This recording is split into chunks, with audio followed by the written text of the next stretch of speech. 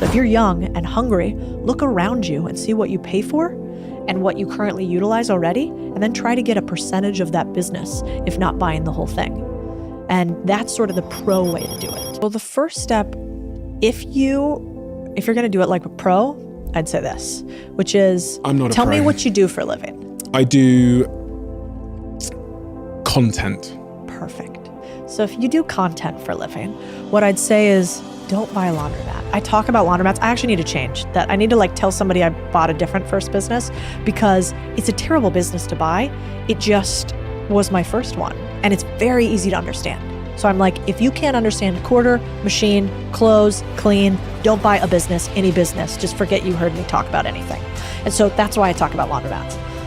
But if I was going to do it the pro way, I would say you should use your unfair advantage. And if you're in the content business, don't buy a boring business in the traditional sense. Look around you. It's something I call my personal P&L review. So I would basically look at, what do I spend money on already? If you're in content, you probably spend money on ad purchasing, right? You probably spend money on video production. You probably spend money on, maybe you rent a set space. Mm-hmm. You have all these expenses around you. Mm-hmm. And what if you could turn one or two of those expenses into an asset, not a liability? A thing that makes you money, not a thing that costs you money. And so, I did a deal back when I was doing more video production in my last company, where I bought a podcast and video production company. And I did that deal basically for $0. I think I put $10,000 down for that deal that ended up doing about $300,000, $400,000 a year, because I just said, I know 5 or 6 other people that could use your service. I'm going to double your revenue by introducing you to these people. And I pay you, let's say $3,000 a month now.